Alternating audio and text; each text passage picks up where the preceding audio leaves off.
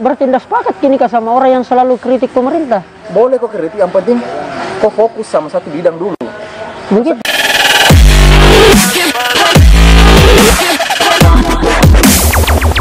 Kak, kemarin-kemarin ini kan banyak sekali juga mulai anak muda kritis-kritis dan domainnya lebih banyak kritis ke pemerintah. Memang karena kalau pemerintah tidak dikritik dia bisa semenang-menang. Dan yang paling penting adalah kritik hadir karena itu bagian daripada anak muda itu peduli, Ces.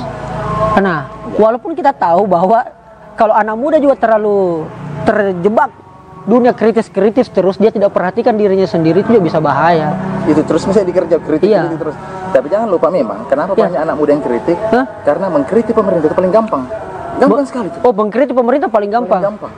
Karena seolah-olah semua masalah yang ada di pribadinya anak muda itu, contoh, tidak ada uang, tidak bisa beli rokok, gara-gara pemerintah ini. Pemerintah salah? Pemerintah salah. Karena tidak ada menganggur, tidak ada pekerjaan, gara-gara pemerintah. Pernah ada begini, teman curhat.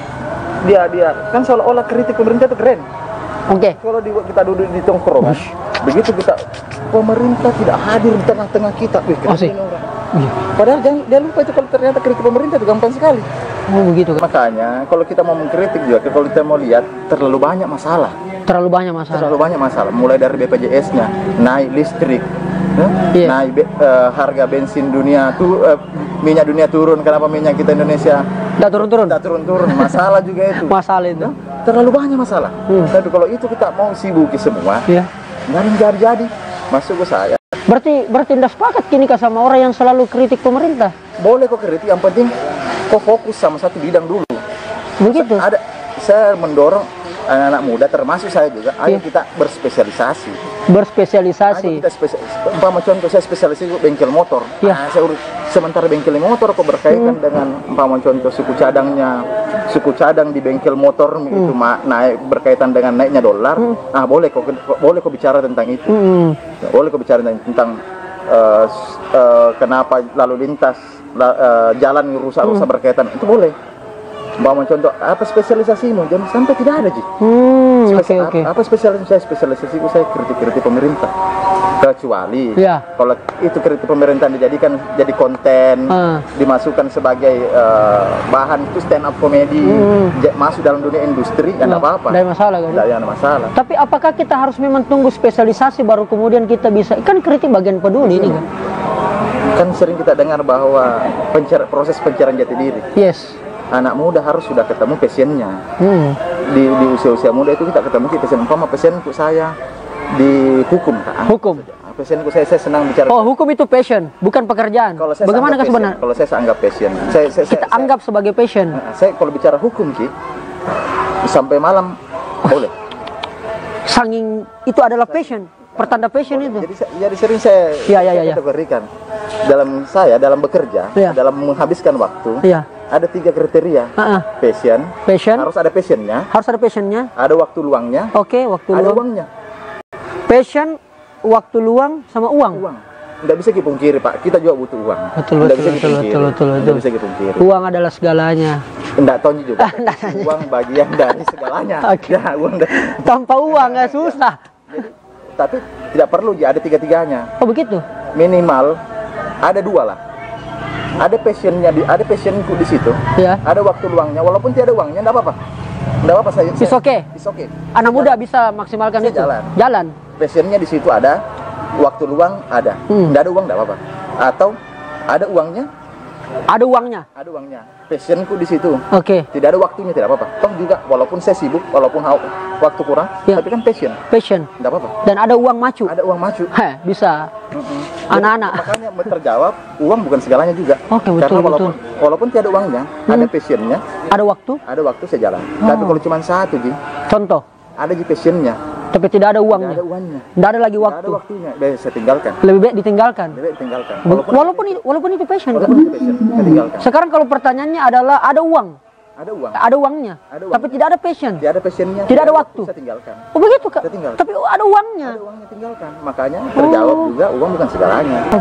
Tapi alhamdulillah orang-orang yang ketemu di profesi yang terpenuhi 3 ini, pekerjaan yang sesuai passionnya, pekerjaan ada waktu luangnya dan ada uangnya, alhamdulillah kita harus bersyukur ini. Tidak semua orang merasakan nikmat ini. Uang, passion, waktu. Luang. Nah, Bro Rizal Jamal ada tiga-tiganya atau bagaimana? Passion iya jelas. Passion ya. Ada uang dan ada waktu. Alhamdulillah. Sombong amat. Yang bahaya itu kalau kita tidak punya passion, bahaya sekali. Berarti Kak Fauzan mau bilang bahwa kalau kerjanya cuma kritik-kritik saja dan itu tidak ada juga uangnya? Tidak ada uangnya. Capek juga. Habis biar mulut. Kenapa sih? Air mulut itu maksudnya? Iya. Habis air mulut. Tidak ada uangnya. Bukan juga passion di situ. Berarti sebenarnya sebaiknya kita tidak usah kritis kalau begitu Kak ya? Boleh kritis. Karena apalagi kritik itu tidak didengar juga oleh yang bersangkutan. Jadi begini, semua kita anak muda, semua rakyat punya hak bicara. Tapi tidak semua punya hak suara. Kita punya hak bicara. Tapi tidak semua punya hak suara. Alright. Boleh kita mengkritik, tapi suaranya kita sampai ke telinganya itu. Tidak sampai. Masuk ke saya. Coba bertanya sama diri sendiri, saya senangnya apa? Tapi anak muda juga kadang begini, termasuk saya juga. Masih banyak anak muda yang tidak berani sama passionnya, tidak berani. Oh begitu? Ada teman. Cari aman maksudnya itu, zona nyaman. Yang passionnya itu bermain musik. Oke. Begitu ditanya, kira-kira main musik tak ini, kita percaya bisa belikan susu anak tak? Iya. Waduh. Tidak percaya. Apakah hobi tak main bola ini, main futsal, percaya bisa membanggakan mertua tak begitu kita maju sama lamaran anak tak, apa kerja main futsal? Percaya. Kira-kira banyak yang tidak percaya. Gitu. Banyak tidak percaya dengan profesinya. Banyak tidak percaya dengan profesinya, passionnya untuk bisa menghidupi rumah tangganya di kemudian hari. Itu anak muda, itu yang masalah. Oke. Itu yang masalah. Salah itu ya. Bang. Jadi masuk ke saya ini anak muda jangan seperti triplex. Nah, jangan anak muda jangan kok jadi triplex. Nah, ini maksudnya kita singgung badanku ini kan seperti triplex kan? Oh tidak. Perjelas. Prinsip. Jangan berprinsip seperti triplex. Ya. Lebar tapi tipis. Banyak ada tahu tapi di permukaan. Oke. Tipis. Begitu digali, ditanya lebih dalam, habis. Selesai. Waduh. Mending kita fenomena gunung es. Kecil sedikit. Pas lihat di bawahnya deh. Betul ya. Sedikit tidak tahu. Kita contoh seperti dokter. Iya. S1-nya dokter umum. Iya. S2-nya ahli dalam. Iya. Berarti tidak ada urus itu tentang panuan. Iya, betul. Tentang dalam. Iya. Dan lagi spesialis tentang jantung. Betul. Semakin lama udah sekolah, semakin sedikit tahu. Iya, Tapi betul. dalam ya. Tapi dalam. Dan itu yang dibutuhkan. Itu yang dibutuhkan sekarang. Oke. Bukan mengetahui semua hal, tapi sedikit-sedikit. Saya tahu sedikit tentang itu, saya tahu sedikit tentang ini, saya tahu sedikit tentang ini. Tidak, bukan yang begitu. Kebanyakan anak muda begitu sekarang. Kita bicara tentang BPJS, memang itu BPJS anu. Tapi tidak dalam.